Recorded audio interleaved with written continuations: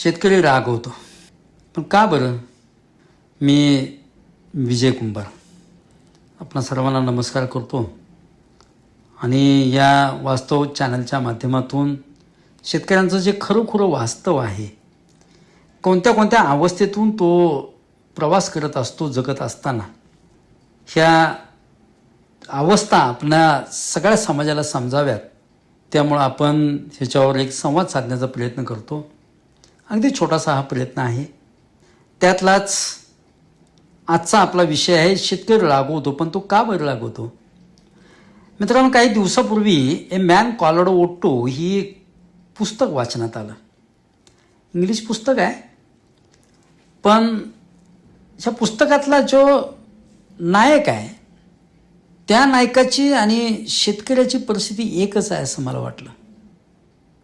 नकळत तुलना होत गेली वाचत असताना, आणि मग लक्षात आलं की वस्तुस्थिती ही खरी आहे. ह्या पुस्तकातला जो नायक आहे अत्यंत चिडचिडा असतो, अत्यंत रागड प्राणी असतो. नमस्कार काका. लोकांशी बोलताना तो कठोर बोलत असतो. मग त्याच्याजवळ लोक येत नसतात, त्याचा एकटेपणा त्यातनं पुन्हा वाढत जातो आणि अनेक वेळा तो आत्महत्या करण्याचा प्रयत्न करतो. त्याच्या सुदैवानं तो ज्या काय त्यानं आत्महत्या करण्याचा 8-10 वेळा प्रयत्न त्या लेखकानं दाखवला आहे, त्या 8 ते 10 वेळा तो वाचतो. आपल्या आयुष्यात असं घडेल असं अजिबात नाही, त्यामुळे असा प्रयोग अजिबात करू नका. ती कथा आहे, शेतकरी मात्र वस्तुस्थिती आहे. काळ जात राहतो, त्याचा एकटेपणा आणि त्याचा चिडचिडपणा प्रचंड वाढत जातो आणि त्याच्या आयुष्यात एक मांजर येतं. तो मांजरालाही घेतो, लांब नेऊन सोडून जातो. त्याच्या शेजारी एक कुटुंब सुद्धा राहायला येतं. नवीन जोडपं असतं. त्या जोडपांच्यावर सुद्धा हा नेहमी रागवतो. ते सोडून दिलेलं मांजर सुद्धा पुन्हा त्याच्या आयुष्यात येतं, दारात येतं. पण ते मांजर आणि ते कुटुंब त्याच्यावर प्रेम करायला लागतं. हळूहळू त्या ओट्टोला जाणवतं की मी एकटा नाही आहे. त्याच्या आयुष्याला पुन्हा एक अर्थ मिळत जातो आणि शेवटी वार्धक्यानं त्याचं निधन होतं. आणि निधन झाल्यानंतर, त्याच्या जाण्यानंतर त्याच्या आजूबाजूला जमलेल्या लोकांमधून दिसून येतं की ह्यानं शेवटच्या टप्प्यात सुद्धा माणसं किती कमावलेली होती. मित्रांनो, आपल्या घरात, आपल्या समाजात, आपल्या आजूबाजूला शेतकऱ्यांच्या बद्दल आपण नेहमी एक तक्रार ऐकतो की हा कायम रागवलेला असतो, ह्याला लगेच राग येतो, हा चिडचिड आहे, काही बोललं, सहज बोललं तरी टोकाचं बोलतो. आणि ही तक्रार खोटी आहे असं नाही म्हणत मी, वस्तुस्थिती आहे. शेतकरी रागवतो, तो चिडतो. कधी कधी घरातल्या असो, बाहेरच्या असो, अगदी छोट्या गोष्टीवर सुद्धा त्याची चिडचिड पराकोटीची होते. पण मला एक प्रश्न पडतो, जसं त्या ओट्टोला, त्या कथेतल्या नायकाला शेजाऱ्यांनी सांभाळून घेतलं, अगदी त्या मुक्या मांजरानं सुद्धा सांभाळून घेतलं, तसं आपण त्याला कधी विचारलं का, तू कधी रागवतोस, का रागवतोस, तुला नेमकं काय हवं आहे? म्हणजे माझं मत असं आहे की शेतकरी मुळात हा रागीट प्राणीच नाही आहे. तो खूप प्रेमळ असतो.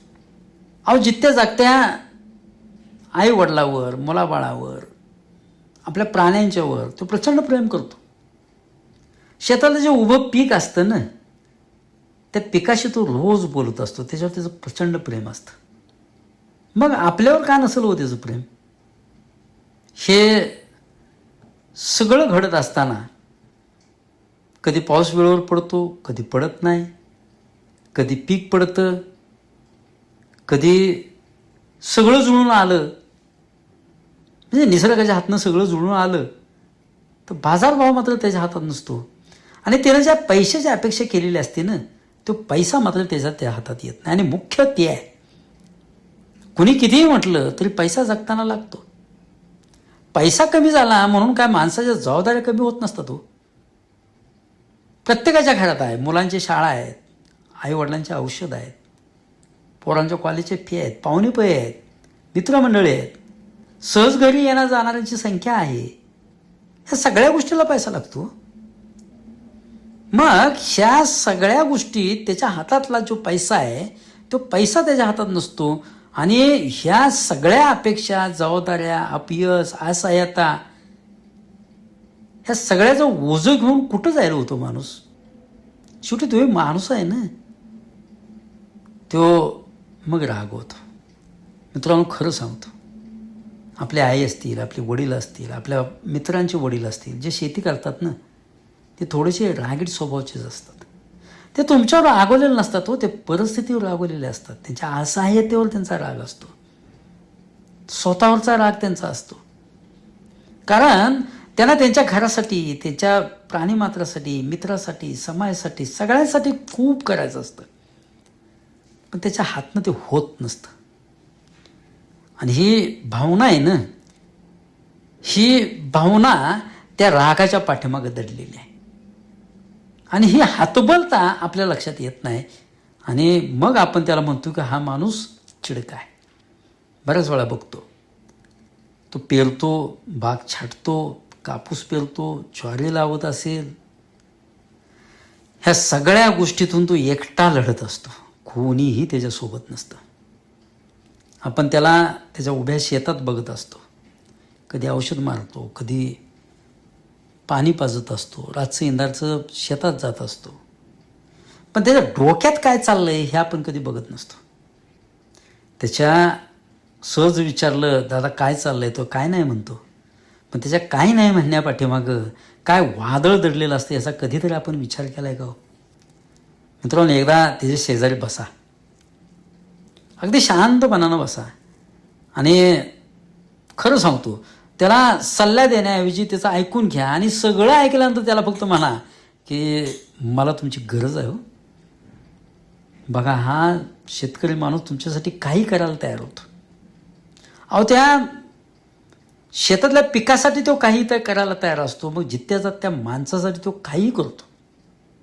मित्रांनो, तो रागीट नसतो, तो थकलेला असतो, घाबरलेला असतो, त्याला कोणाशी भांडायचं नसतं, पण त्याला आपलं कोणीतरी म्हणावं असं त्याला वाटत असतं. खरं सांगतो, ह्या सगळ्या अवस्थेतून जात असताना तो चिडत असतो, आणि तिथं त्याला फक्त मानसिक आधाराची नाही तर आर्थिक आधाराची मुख्य गरज असते. त्याला नुसती सहानुभूतीवर, भावनेवर सैन्य नाही हो चालत, पोटावर सैन्य चालतं. म्हणून मित्रांनो, मी आज प्रत्येक शेतकरी कुटुंबाला, प्रत्येक समाजातल्या घटकाला विनंती करतो की जर शेतकरी तुमच्यावर चिडला ना, तर त्याला लगेच हटकू नका, चुकीचं ठरवू नका, त्याला बोलू द्या, त्याच्या भावना व्यक्त त्याला करू द्या. कारण त्याच्या आयुष्यानं त्याला खूप थकवलं हो, खूप थकवलं. त्याच्या रागवण्यातनं त्याच्या मनातलं थोडं ओझं हलकं होत असेल ना, तर होऊ द्या, बोलू द्या. कदाचित तुमच्यावर राग व्यक्त केल्यावर, तुमच्याशी त्यानंतर तो मनापासून बोलल्यावर त्याला पहिल्यांदा असं वाटेल की मी एकटा नाही आहे, माझ्यासोबत कोणतरी आहे, माझं कोणतरी ऐकून घेते. बघा, तो माणूस तुमचा आयुष्यभराचा मित्र झालेला असेल, एक थकलेला, हरलेला, पण अजूनही आपल्या माणसासाठी जगण्याचा प्रयत्न करत असलेला माणूस तुम्हाला त्यात दिसेल. मित्रांनो, मला वाटतं हेच खरं वास्तव आहे. धन्यवाद.